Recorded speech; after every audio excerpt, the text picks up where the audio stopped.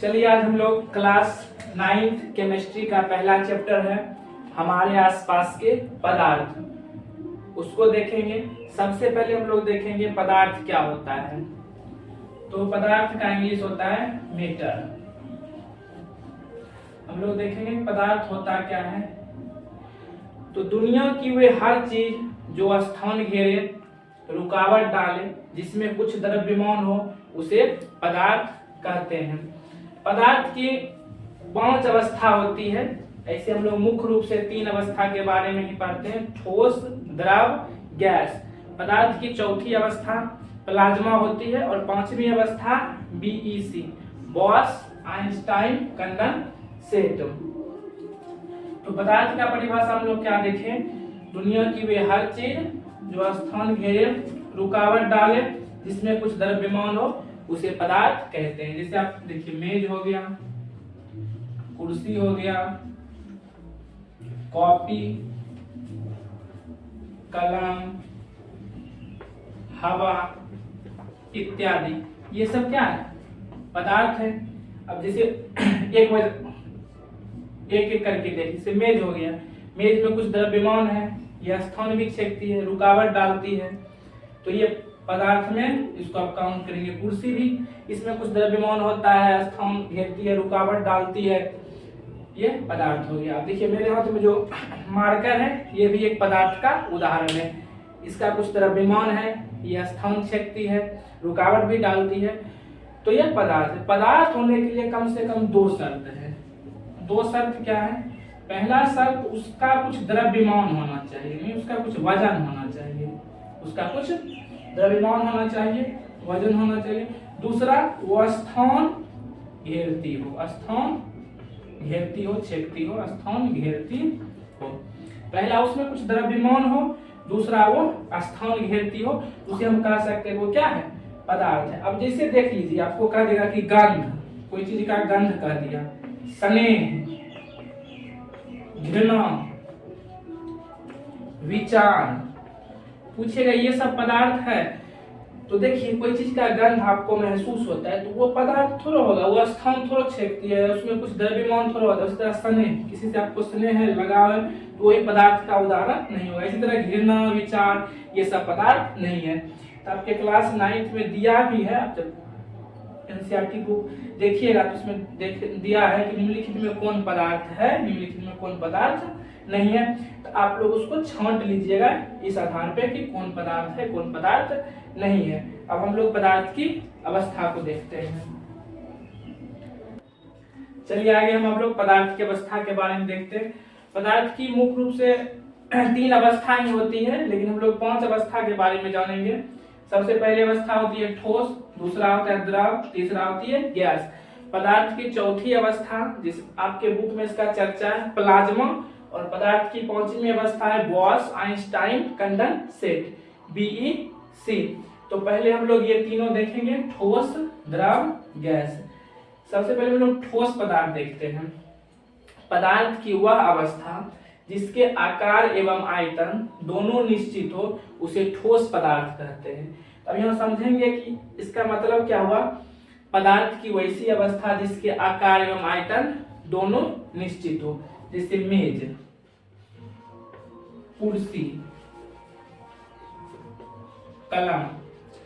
अब देखिए मेज का क्या होता है, जो शेप होता है, आकार होता है, वो भी निश्चित होता है, इसका आयतन ये भी निश्चित होता है। तो मेज आपका क्या हो गया, ठोस पदार्थ हो गया। कुर्सी ये भी ठोस है, कलम ये भी ठोस है। तो जिस पदार्थ का आकार एवं आयतन निश्चित होता है उसको हम लोग ठोस कहते हैं। द्रव्य में क्या है, पदार्थ की वह अवस्था जिसका आयतन निश्चित एवं आकार अनिश्चित हो, उसे क्या कहते हैं, द्रव। जैसे आप देख लीजिए पानी हो गया, तेल, घी, ये सब आपके पदार्थ की द्रव अवस्था। पानी का देख लीजिए, पानी का क्या है, आयतन तो निश्चित होता है लेकिन आकार निश्चित नहीं होता है। जिस बर्तन में इसको रखिएगा उसी का आकार ले लेता है, तो इसका आकार निश्चित नहीं होता। तेल का भी वही है, इसका आयतन निश्चित होता है लेकिन आकार निश्चित नहीं होता। इस तरह घी हो गया, दूध हो गया, ये पदार्थ की कौन अवस्था है, द्रव अवस्था। अब गैस का हम लोग देखते हैं। पदार्थ की वह अवस्था जिसका न तो आकार निश्चित हो न ही आयतन निश्चित हो। मतलब गैस में पदार्थ का आकार भी निश्चित नहीं होता है, आयतन भी निश्चित नहीं होता है, तो उसको हम लोग पदार्थ का गैसीय अवस्था कहते हैं। जैसे हो गया ऑक्सीजन को ले लीजिए आप,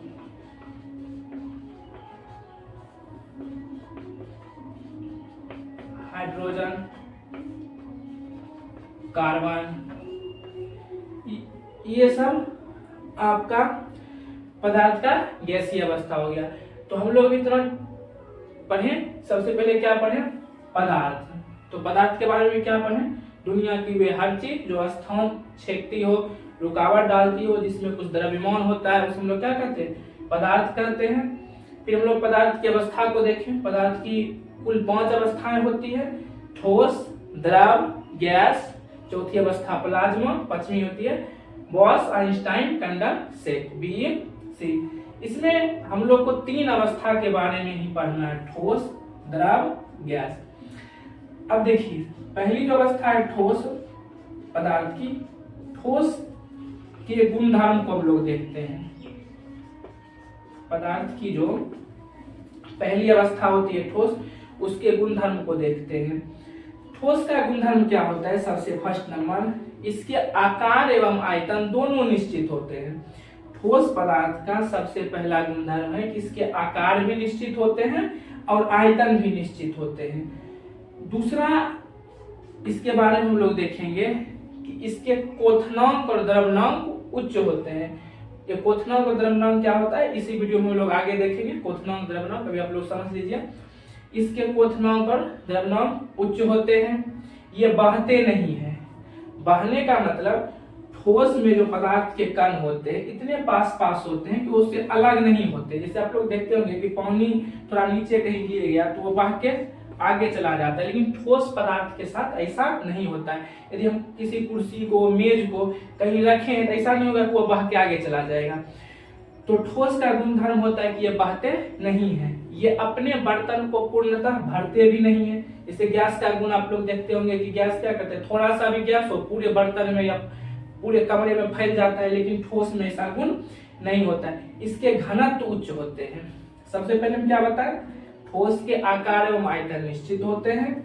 दूसरा, इसके क्वथनांक और द्रव्यनांक उच्च होते हैं। तीसरा, ये बहते नहीं है। चौथा, ये अपने बर्तन को पूर्णतः भरते नहीं है। पांचवा, इसके घनत्व उच्च होते हैं। छठा देखिए, ठोस को अधिक दबाया नहीं जा सकता है। ठोस पदार्थ का एक गुण होता है कि इसके पदार्थ को अधिक आप दबा नहीं सकते। ठोस पदार्थ जो भी होगा उसको आप अधिक से अधिक दबा नहीं सकते हैं। चलिए, अब ठोस के बाद हम लोग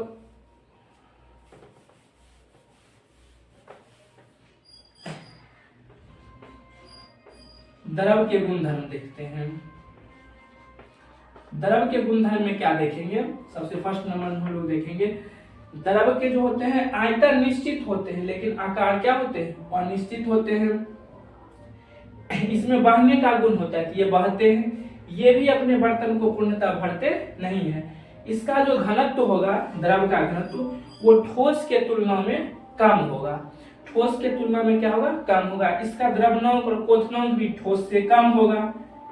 निम्न होता है लेकिन ठोस से कम होता है। गैस से अधिक होगा लेकिन ठोस से कम होगा। इसे भी दबाया जा सकता है लेकिन अत्यधिक दबाया नहीं जा सकता है। ये इसके गुण हो गए। अब हम लोग आगे थोड़ा सा गैस के गुणधर्म देखते हैं। गैस का गुणधर्म, गैस के गुणधर्म में नंबर 1 में देखेंगे, इसके ना तो आकार निश्चित होते हैं ना ही आयतन निश्चित होते हैं। गैस का गुणधर्म में ना तो इसका आकार निश्चित होता है ना ही इसका आयतन निश्चित होता है। इसके क्वथनांक और द्रव्यनांक भी अत्यधिक क्या होते हैं? निम्न होते हैं। ये बहते हैं, ये अपने बर्तन को पूर्णतः भरते हैं। इसके घनत्व अति निम्न होते हैं और इनके अणुओं के बीच का अंतरआण्विक बल क्या होता है? बहुत कम होता है। देखिए, ठोस में भी आप लोग देख लीजिएगा कि ठोस के अणुओं के बीच का जो होता है अंतरआण्विक बल अत्यधिक होता है, लेकिन गैस में ऐसा नहीं है। गैस के अणुओं के बीच का अंतरआण्विक बल बहुत ही क्या होता है? कम होता है। तो हम लोग इस प्रकार ठोस, द्रव, गैस तीनों के बारे में पढ़े, उसके गुणधर्म को भी समझ गए। अब देखिए,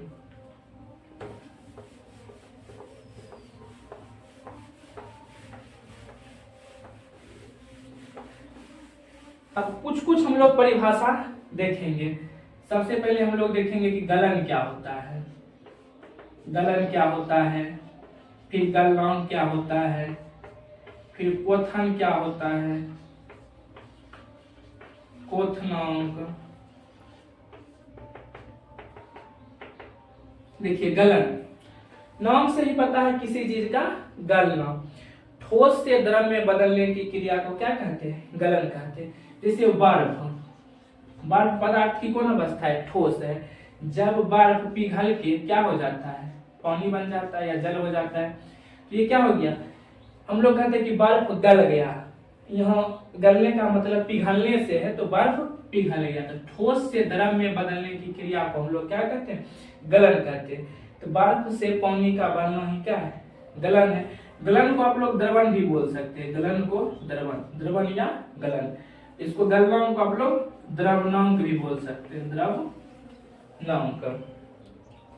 अब देखिए, ठोस से द्रव में बदलने की क्रिया को हम लोग गलन कहते हैं। गलनांक क्या होता है कि वह न्यूनतम ताप जिस पर ठोस द्रव का रूप ले लेता है उसको गलनांक कहते हैं। देखिए सिंपल ठोस से द्रव में बदलने की क्रिया को गलन कहते हैं, और जिस ताप पर ठोस द्रव में बदलता है, जिस ताप पर ठोस द्रव में बदलता है उसको हम लोग क्या कहते हैं, गलनांक कहते हैं।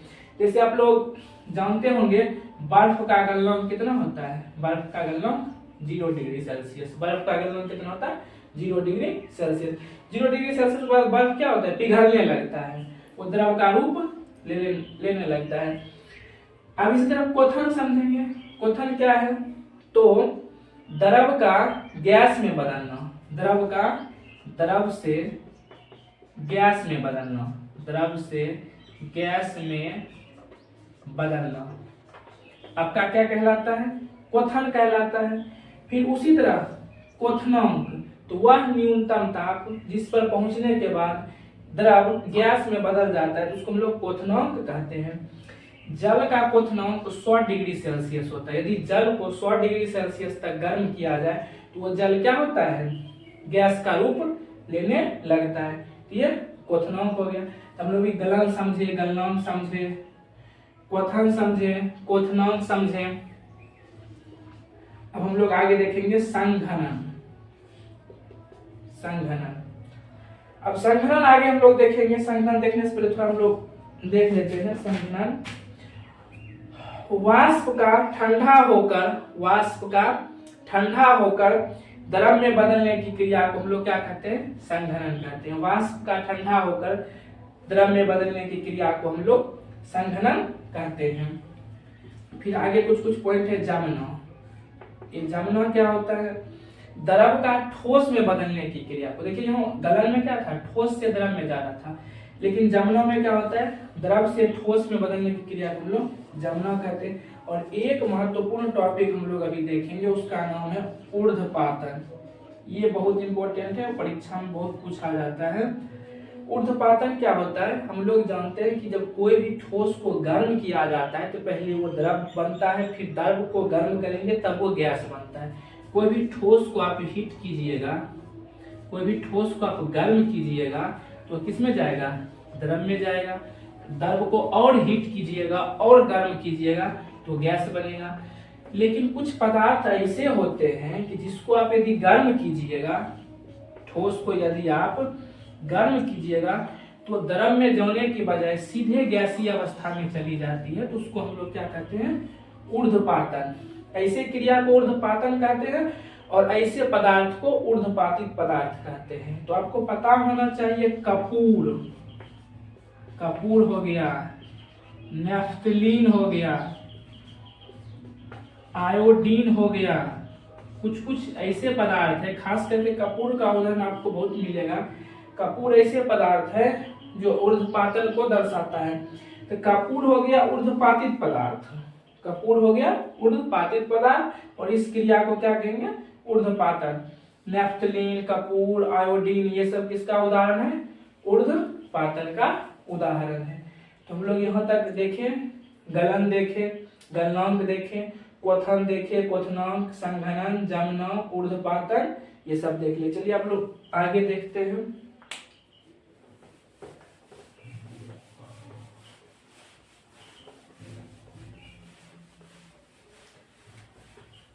अब देखिए हम लोग एक उदाहरण लेते हैं जल का। आप लोग जल का सूत्र जानते होंगे H2O। जल बहुत सामान्य पदार्थ है जो आपको तीनों अवस्था में मिल जाएगा। जैसे आपका बर्फ कौन हो गया, ठोस अवस्था हो गया। आप जो जल देखते हैं वो जल क्या हो गया, द्रव अवस्था हो गया।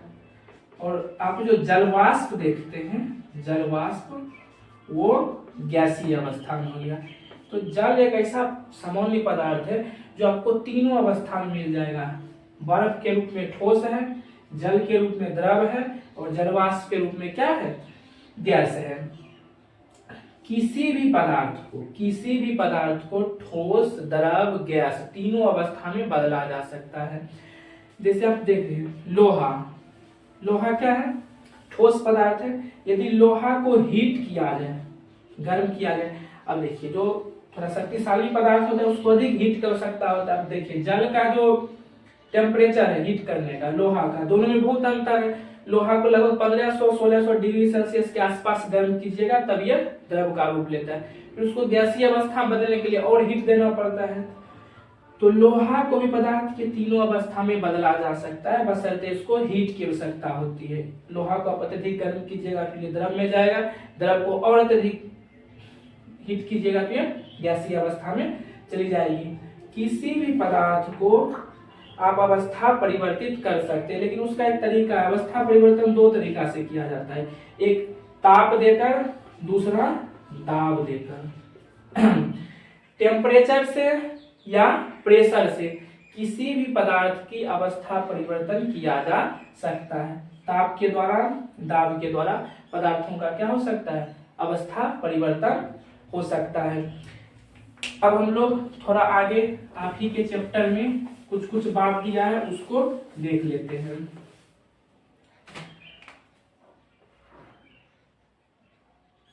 इसमें आपको हम लोग देखते हैं, इसमें डिग्री सेल्सियस को केल्विन में बदलने के लिए कहेगा और केल्विन को डिग्री सेल्सियस में।